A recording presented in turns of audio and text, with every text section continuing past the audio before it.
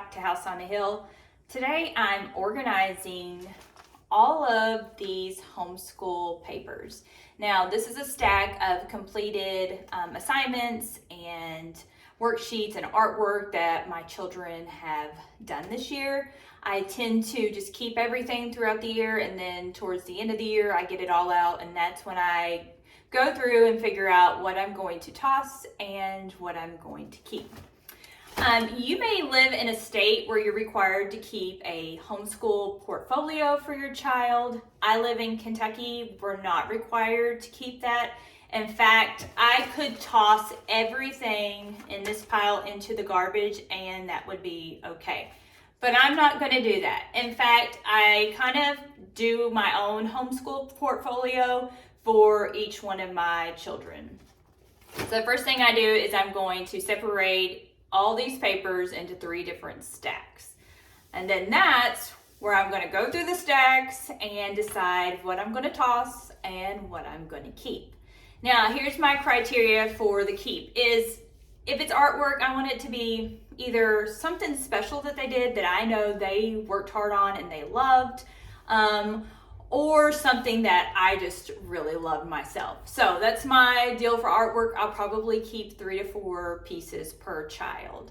Now, for the different subjects, I'm going to keep something from the beginning of the year, something from the middle of the year, and then something towards the end of the year. And that's going to differ between my children. For my oldest, who's completing 6th grade this year, I'm going to keep a lot more like writing assignments for language arts, whereas my 4th grader, I'm going to just pull out a few of the lesson practices that he's been doing in a workbook. For my youngest, who's doing pre-K kindergarten, I'm probably going to keep a few for handwriting samples, may even keep a few of the language arts worksheets that we've been working on, and the same thing for math. And then for my oldest for math, he has a textbook and then he just writes all of his daily work in a notebook. I'm not keeping any of his daily work. I'm going to keep a test from the beginning of the year, a test from the middle of the year, and a test from the end of the year. And for my middle son, who is doing math, but it's in a workbook, I'm going to take out a lesson from the beginning of the book. I plan on taking out a unit assessment from the middle of the book because he doesn't technically take tests in that curriculum, and then I'm going to pull out something from the end of the year. Right now, I'm going to go through, I'm going to make my stacks, I'm going to take out what I plan on keeping, I'm going to put together a toss pile, and then I'm going to show you exactly what it looks like and how I plan on saving this and storing it till next year.